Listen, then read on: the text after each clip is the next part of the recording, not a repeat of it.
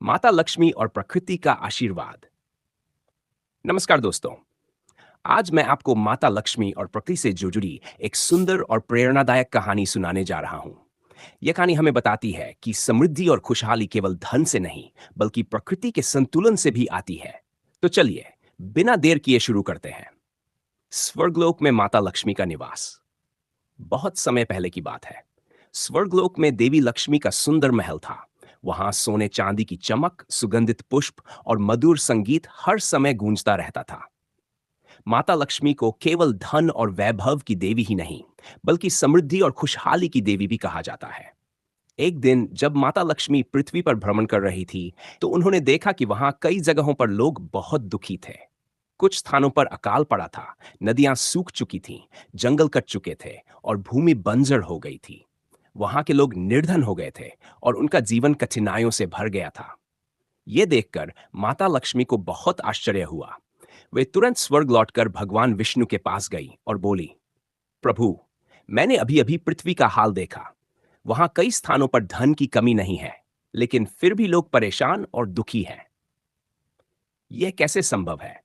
भगवान विष्णु मुस्कुराए और बोले, लक्ष्मी, समृद्धि केवल सोने चांदी से नहीं आती। जब लोग प्रकृति का सम्मान करना भूल जाते हैं, तो उनके जीवन से सच्ची खुशहाली चली जाती है।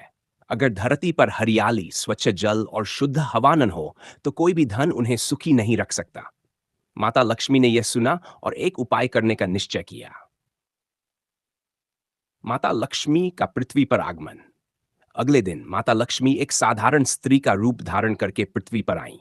वे एक गांव में पहुंची, जहां पहले बहुत हरियाली हुआ करती थी, लेकिन अब वहां केवल सूखी भूमि और मुरझाए पेड़ बचे थे। गांव में प्रवेश करते ही उन्होंने देखा कि लोग झगड़ रहे थे।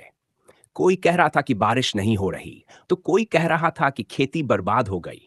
व्यापारियों के गोदाम भरे थे, लेकिन अनाज उगाने वाले किसान भूखे थे। माता लक्ष्मी ने सोचा, ये लोग केवल धन की चिंता कर रहे हैं, लेकिन ये नहीं समझ रहे कि असली कारण प्रकृति का असंतुलन है। लक्ष्मी माता का संदेश।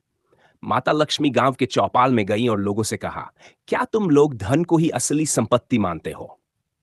गांव के मुखिया ने उत्तर दिया, हाँ माता, अगर हमारे पास पैसा होगा तो हम हर खरीद सकते हैं, फिर हमें कोई परेशानी नहीं होगी। माता लक्ष्मी मुस्कुराई और बोली, अगर ऐसा है तो बताओ, जब बारिश नहीं होगी तो पैसा देकर खेत में फसल उगा सकते हो। जब पानी नहीं होगा तो सोने के सिक्कों से प्यास बुझा सकते हो। जब हवा दूषित होगी तो क्या चांदी की थाली में भोजन खाने से तुम्हारा स्वास्थ्य ही ठीक रहेगा? गांव वाले चुप हो गए। उन्हें पहली बार एहसास हुआ कि उनकी समस्याओं की जड़ धन की कमी नहीं, बल्कि प्रकृति के प्रति उनका व्यवहार था। माता लक्ष्मी ने कहा, सच्ची समृद्धि तभी आती है जब मनुष्य प्रकृति का सम्मान करता है। हरियाली, स्वच्छ जल और शुद्ध हवा ही असली धन है। जब तक तुम लोग पेड़ काटते रहोगे, नदियों को गंदा करोगे और धरती का दोहन करोगे, तब तक लक्ष्मी भी तुम्हारे पास नहीं टिकेगी। गांव वालों का बदला हुआ दृष्टिकोण। गांव वालों को अपनी गलती का एहसास हुआ। उन्होंने संकल्प लिया कि वे वैन, नदियों और तालाबों को स्वच्छ रखेंगे। हर वर्ष नए पेड़ लगाएंगे और जंगलों की रक्षा करेंगे। प्राकृतिक संसाधनों का दुरुपयोग नहीं करेंगे। धीरे धीरे गांव में बदलाव आने लगा। बारिश होने लगी, फसलें फिर से लहलहाने लगी और लोग पहले से ज्यादा खुशहाल होने लगे। माता लक्ष्मी ने प्रसन्न होकर गांव को अपना आशीर्वाद दिया और कहा, अब तुमने सच्ची समृद्धि को पहचान लिया है। धन तभी आता है जब मनुष्य प्रकृति को सहेज कर रखता है। याद रखना, जहां हरियाली और शुद्धता होगी, वहीं लक्ष्मी स्थायी रूप से निवास करेगी। इसके बाद माता लक्ष्मी स्वर्ग वापस चली गई और वह गांव हमेशा के लिए समृद्ध हो गया। कहानी से सीख। 1, धन से ज्यादा महत्वपूर्ण प्रकृति है।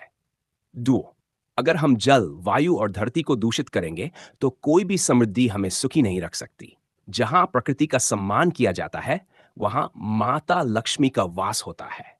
अगर आपको ये कहानी अच्छी लगी हो तो इसे लाइक करें, शेयर करें और हमारे चैनल अमेरिकन एग्जाम्पल को सब्सक्राइब करना न भूलें।